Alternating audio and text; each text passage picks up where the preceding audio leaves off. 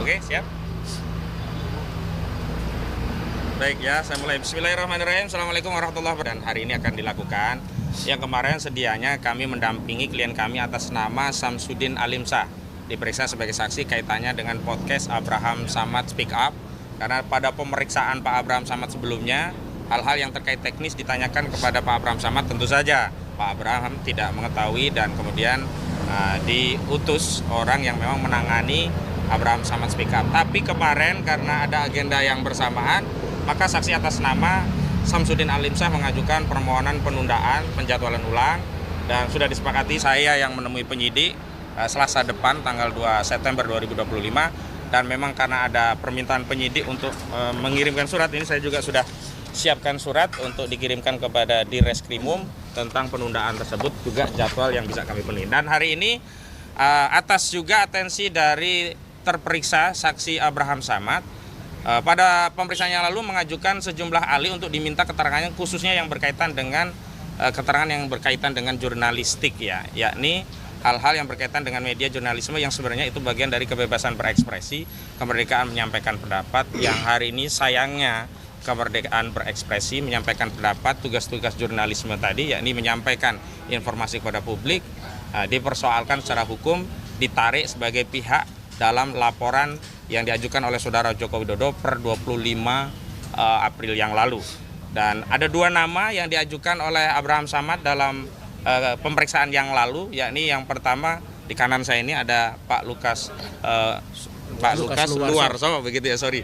Saya kadang-kadang selip di Sularso ya, Luarso ya, Pak Lukas Luarso. Beliau ini pernah memimpin Aliansi Jurnalis Independen.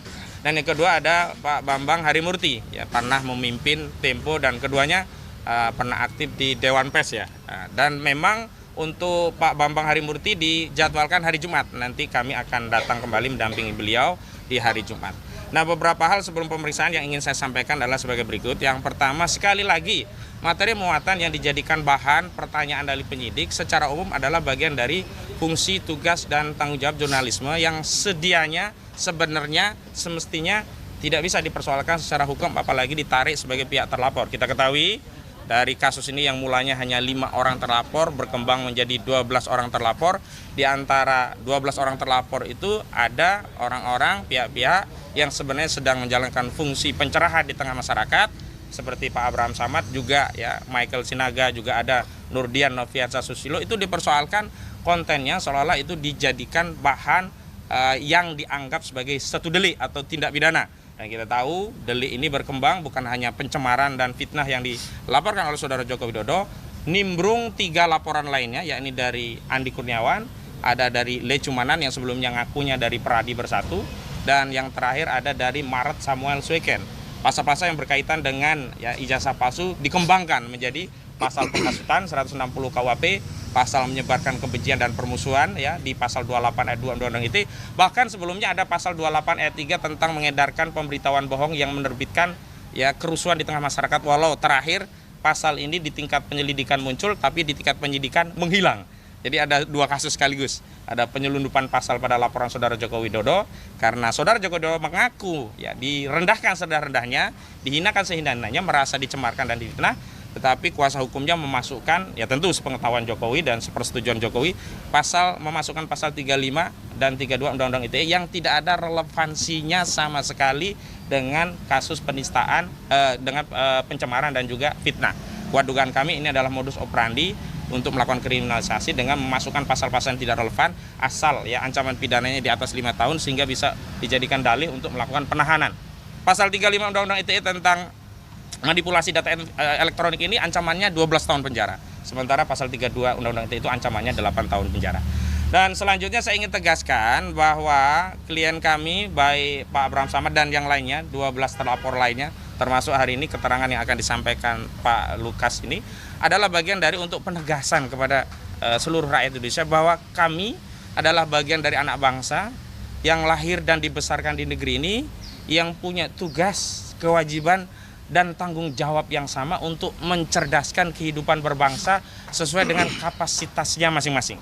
Dan karena hari ini ada tugas-tugas jurnalisme yang mencoba dipersoalkan, maka kami harapkan Ketika kami menghadirkan ahli di bidang jurnalistik, itu akan menyeimbangkan, bahkan menetralisir anasir-anasir, praduga-praduga, ya tuduhan-tuduhan yang sebelumnya itu adalah sebuah kejahatan, menjadi netral, bagian dari hak dari warga negara, bahkan kewajiban untuk mencerdaskan kehidupan bangsa dengan menyampaikan pendapat-pendapat. Bahkan pendapat itu berdasarkan kajian ilmiah. Dan sekali lagi kita tahu bahwa Polda Metro Jaya kabarnya telah memeriksa sejumlah ahli. Ada ahli ITE, ada ahli elektronik ya, ada ahli bahasa, ada ahli pidana, juga ada ahli psikologi dan sosiologi. Maka kami juga berencana akan menyampaikan ahli di tingkat penyidikan ya, bukan hanya ahli jurnalistik. Kami sudah persiapkan ahli pidana, ada 2 ahli pidana yang kami persiapkan. Kami juga siapkan ahli bahasa, bahkan bukan hanya ahli bahasa biasa, yakni ahli linguistik forensik. Ini adalah satu-satunya di Indonesia orang yang punya kepakaran linguistik forensik, tapi namanya nanti akan kami sepil setelah fix ya, yang jelas itu. Kemudian juga kami akan hadirkan ahli ITE, juga ahli-ahli yang lain yang relevan untuk mendudukkan masalah ini di tingkat penyidikan.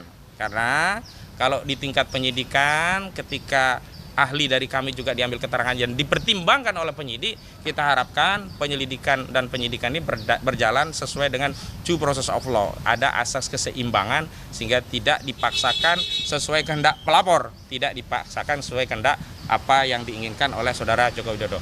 Dan saya ingin kutip ya, ada satu hal yang kemarin dari Nurdiansah Susilo ketika membuat judul dalam thumbnail ya, yang diunggah di akun YouTube-nya, itu dipersoalkan, sampai judul pun dipersoalkan.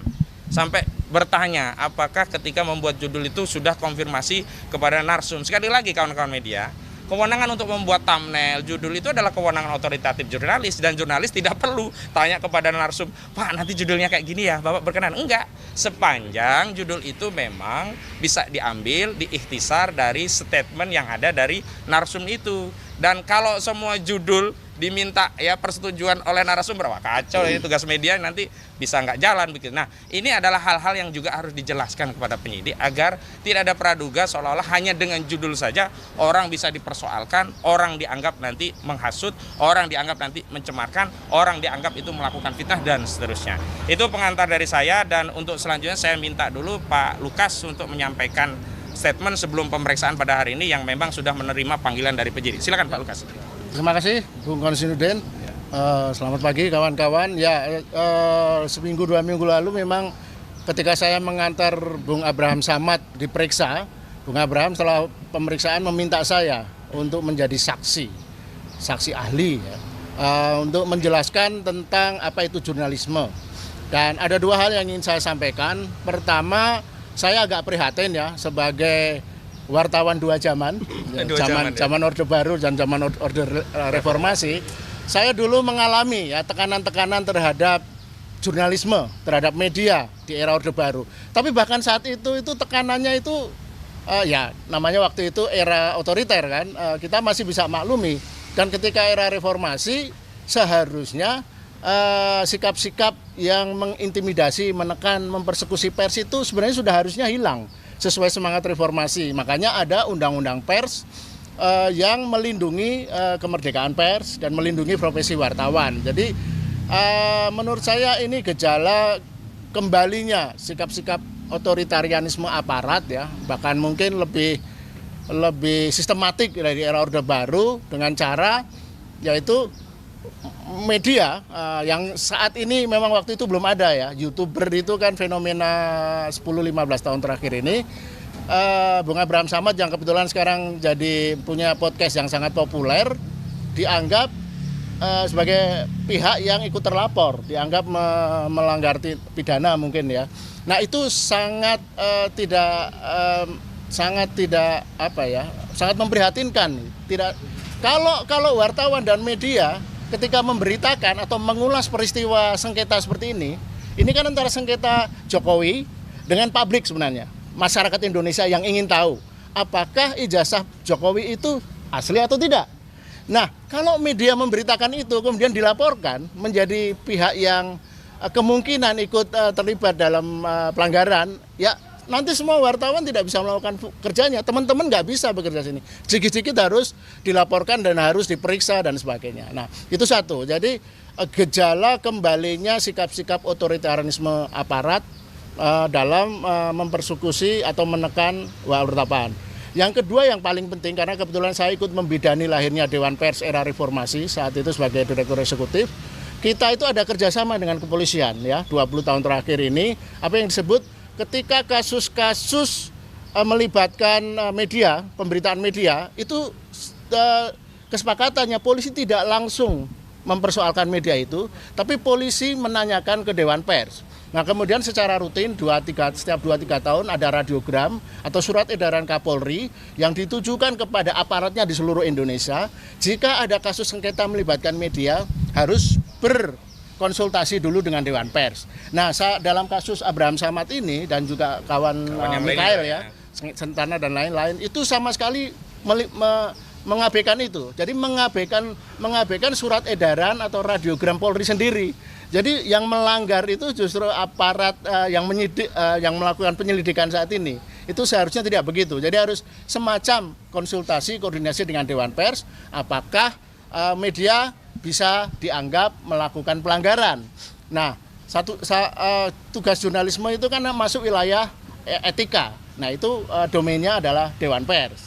Nah, saya harapkan nanti dalam pemeriksaan saya sebagai saksi disebut ahli gitu ya, karena saya bukan terlibat, tapi saya akan menjelaskan. Saya akan memberi pelatihan tingkat dasar kepada bapak-bapak polisi yang memeriksa saya, bagaimana memahami jurnalisme dan etika media. Bapak, berarti Bapak Abraham Samad di sini posisinya disebut sebagai media, awak media gitu. Dia terlapor, makanya itu yang tidak terlalu jelas. Tapi kalau melihat posisinya kan, Bang Abraham itu hanya membuat wawancara-wawancara dengan para pelaku ya, Roy Surya dan kawan-kawan. Jadi dia hanya memberikan penjelasan ke publik. Tugas wartawan itu kan menjadi mata dan telinga publik, agar publik mendengar langsung, memahami dan melihat apa yang terjadi. Berarti Abraham termasuk media, jurnalis gitu? Iya. Dalam jurnalistik gitu? Jelas. Jurnalisme baru ya, YouTuber itu. Jadi nanti akan saya tegaskan bahwa apa yang membedakan jurnalisme dan bukan jurnalisme itu satu saja sebenarnya. Paling mudah ya untuk dipahami oleh Pak Polisi nanti, bahwa jurnalisme itu informasi, data, dokumen yang terkait dengan kepentingan publik. Jadi kalau tidak ada kepentingan dengan publik, itu hanya informasi biasa. Infotainment bukan jurnalisme. Karena itu hanya untuk menyenangkan orang yang hobi ngegunjing ya, infotainment misalnya itu. Nah, kalau ini menyangkut kepentingan publik, kepentingan negara bahkan, menyangkut keaslian satu ijazah yang dipunyai presiden asli atau tidak, itu harus pasti, harus jelas. Itu rakyat harus tahu. Ya, saya tambahkan sebenarnya apa yang dilakukan oleh Pak Abraham Samad, juga Michael Sinaga, juga Nurdiansyah Susilo, juga YouTuber yang lainnya, juga rekan-rekan yang wawancara kami hari ini. Sebenarnya kan ini adalah tugas-tugas biasa yang juga dilakukan oleh TV-TV yang ada di Republik ini ya. Sebagaimana saya juga diundang di sejumlah TV-TV untuk menyampaikan pandangan. Tidak beda dengan itu. Tapi saya ingin tegaskan ya, meskipun pengajuan Pak Lukas ini dari Pak Abraham Samad selaku salah satu saksi yang dilaporkan saat itu menjadi terlapor, tapi kepentingannya tidak hanya untuk Pak Abraham Samad, tapi kepentingannya untuk 12 orang terlapor semuanya. Ada dua isu penting yang ingin kami advokasi. Pertama, isu kemerdekaan pers, yang kedua isu kemerdekaan berpendapat. Ya. Jadi pihak yang menyampaikan pendapat jangan kemudian dikriminalisasi karena ada pendapat yang berbeda, tidak menyenangkan pihak lainnya. Yang kedua, pihak yang mengabarkan pendapat melalui teknik jurnalisme dengan menyampaikannya kepada publik jangan juga diseret menjadi pihak seolah-olah ini juga bagian dari kejahatan begitu. Dua hal. Baik, sebelum saya tutup ada Bang Petrus Celestinus selaku Ketua Litigasi, nanti dilanjut. Ya, Bang Petrus silahkan. Beliau adalah ketua dari koordinator litigasi kami. Baik.